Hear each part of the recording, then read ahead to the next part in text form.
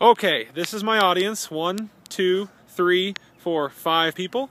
And today I will be demonstrating the pre-flight of an airplane.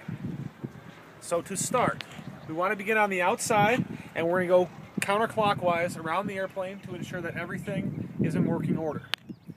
First thing here is the flap.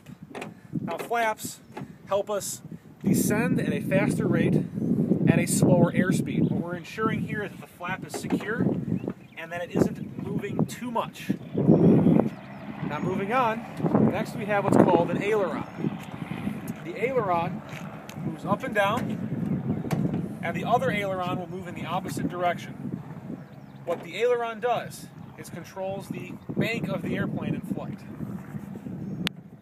So as we move along here, we're going to look at the wingtip. Now on the wingtip, we want to make sure there's no damage, that the lights are secure, and that everything seems to be normal.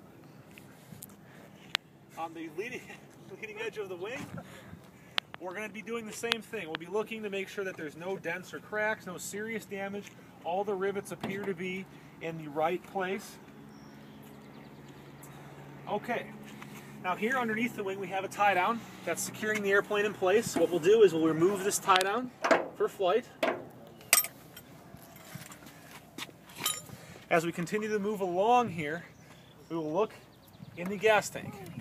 Now as we look in the gas tank, we're going to ensure that the gas tank is full of fuel. Gas tank is full. The next thing we'll check is the oil. It's very similar to a car. Now as we pull out the oil, we're going to make sure that there is 6 quarts of oil. Now we see that there's a 6 right there and an 8. Now the oil level appears to be at the 6-quart level. As we're in the engine compartment, we're going to check around and make sure that there's no abnormalities inside of this compartment, nothing that looks out of place. Alright, continuing around the front of the airplane, this is our propeller. This is what moves us through the air. It's attached directly to the engine. We're going to ensure the propeller blades are in good working order and that there's no nicks or damage or anything, and they appear to be very, very well attached to the airplane.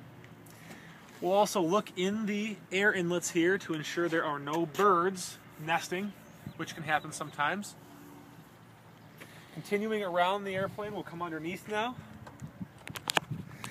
We're now going to check the tire for proper inflation. We will check the brake pad to ensure that there is adequate brake pad. You can see this is a disc brake. There's some brake pad right there. We'll also check in the engine compartment to ensure that there's no abnormalities, no leaks, no fresh oil.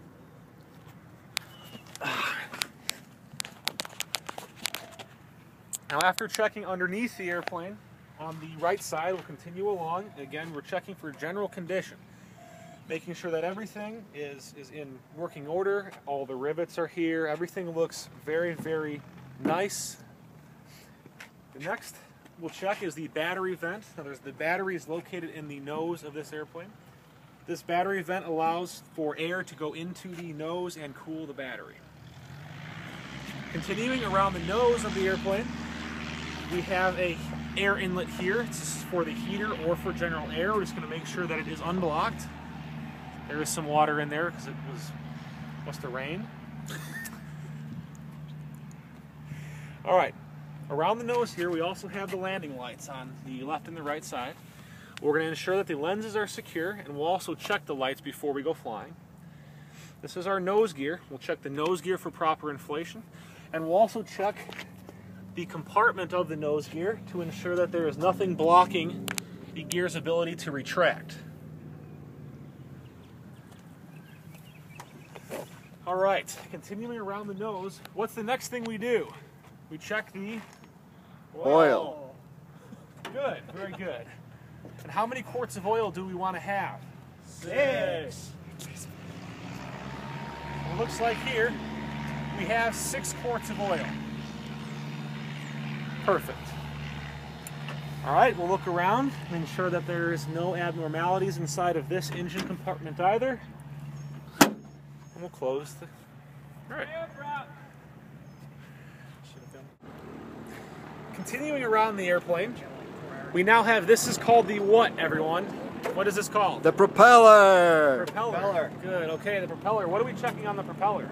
Make sure it's attached to the airplane. Again, we'll check in here, check for any birds. There's no birds, good. As we come around, we have another tie down on this side. We're going to untie the airplane so we can fly it.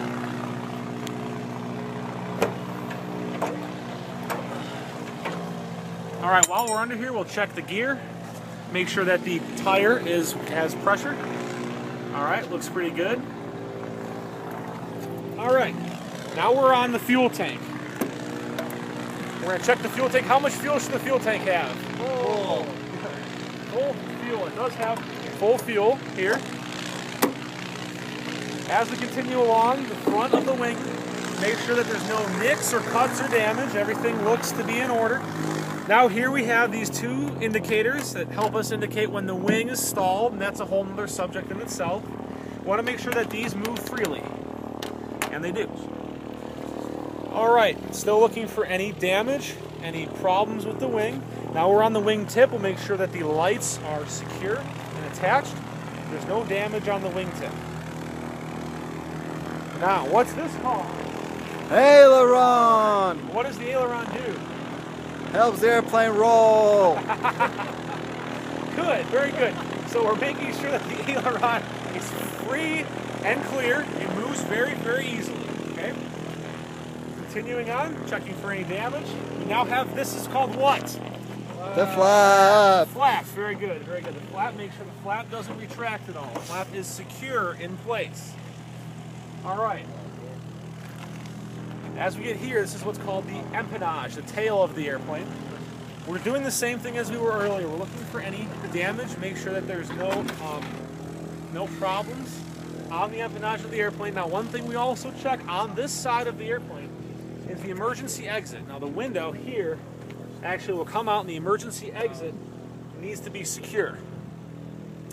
Now, once we've checked that, we'll continue looking at the big picture, ensuring that the rest of the tail is undamaged. Here we have an air inlet. Now the air inlet should be completely clear. No blockages. This allows air into the overhead vents of the cabin so that we can have fresh air during flight. All right, continuing on the tail, still looking, making sure there's no damage. We have another tie down. We will remove this tie down for flight. As we see here, we have, this is called the rudder. Now the rudder controls the yaw of the airplane, as it's called. It is used in conjunction with the ailerons when making a turn. When we're checking the rudder, we want to check for the rudder's general security.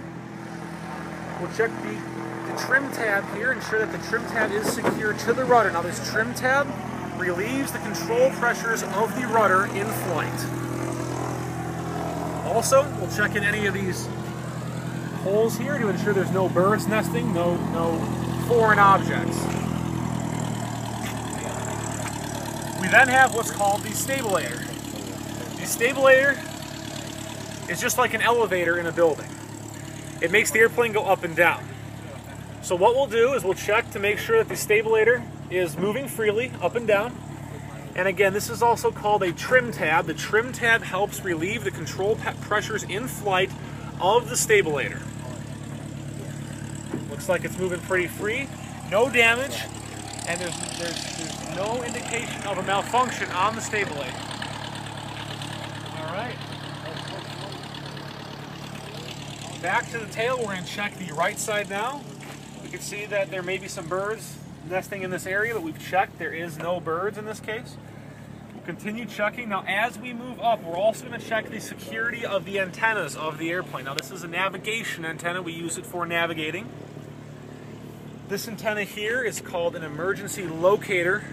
It helps us be located in an emergency. And the longer antenna there is for communications. Okay, we're continuing up the tail until we get back to essentially where we started. Now the last but most important thing we need to do is check the fuel to ensure there's no contamination. Now what I have here is a special jar for checking fuel. We will collect the fuel sample in this jar and ensure that it is blue in color. The fuel testing spots are right by the baggage area. Okay, we will check to ensure that this fuel is blue. Now, if there were any water in this fuel, the water would sink to the bottom and have a clear separation from the blue fuel. This fuel is 100 octane, and it does contain a low amount of lead. Once we've checked the one sump, we will now check the other sump to make sure that both fuel tanks are free of contamination.